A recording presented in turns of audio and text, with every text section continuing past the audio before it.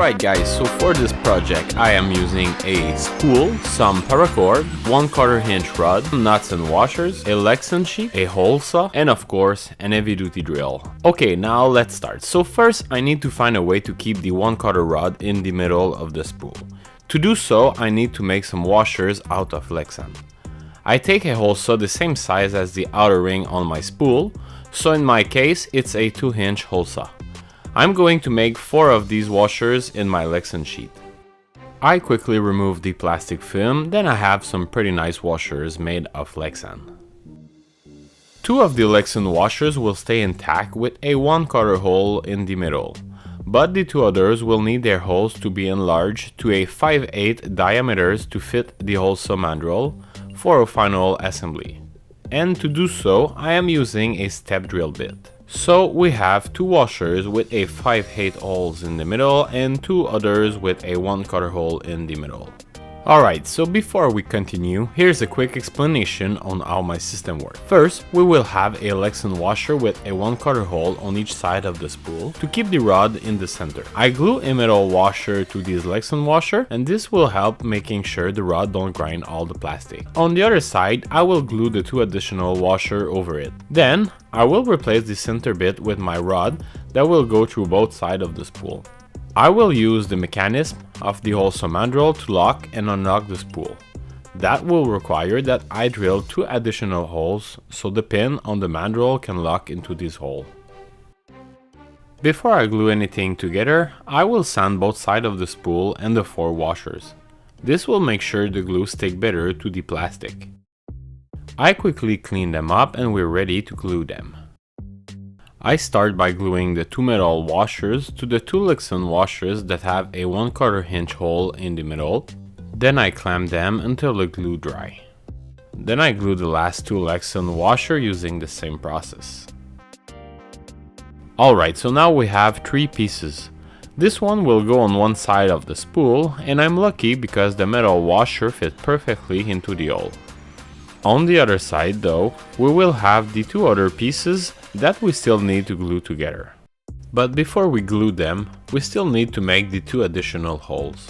And to make sure these holes align perfectly with the mandrel spin, I just put the lexan washer back into the hole saw, and I mark the location using a drill bit through the hole of the hole saw. Once the holes are drilled, I check the fit on the mandrel. And we're good, everything's fit perfectly. Now, I can glue both pieces together. Then, I put them on the mandrel to make sure both washers stay aligned, and then I clamp the 2 pieces for 5 minutes until the glue dry. I check again if my system is working correctly, and it's perfect.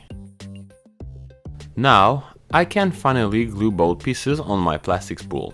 I've tried to glue them using some super glue like I did with the lexan washers, but it just doesn't stick to the spool plastic type.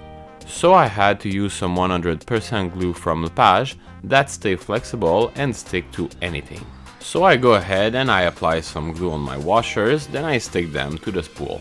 Because this glue needs that both pieces stay clamped and that the glue needs 24 hours to fully dry, I secure them with a threaded rod for the night. Alright guys, so 24 hours later, the glue is dry and the bond is pretty strong. I've tried to remove it and it's not removable at all. So now we can assemble the spool on the drill. As you can see, both holes on the spool will go with the 2 pins on the mandrel. So this will engage or disengage the spool.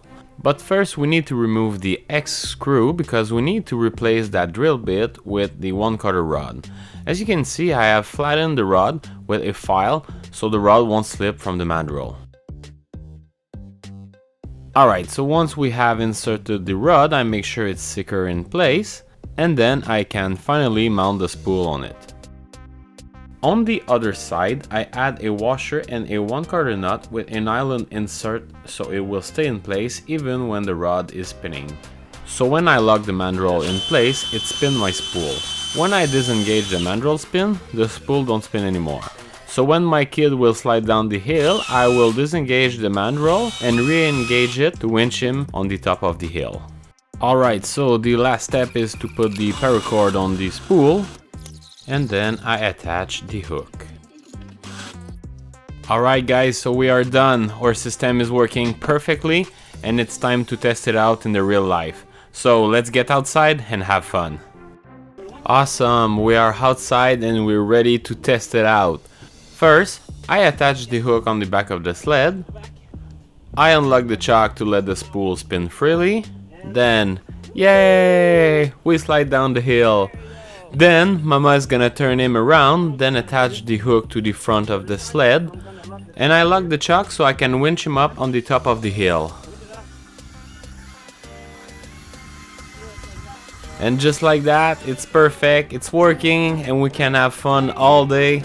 Thanks for watching guys, see you next time, bye bye.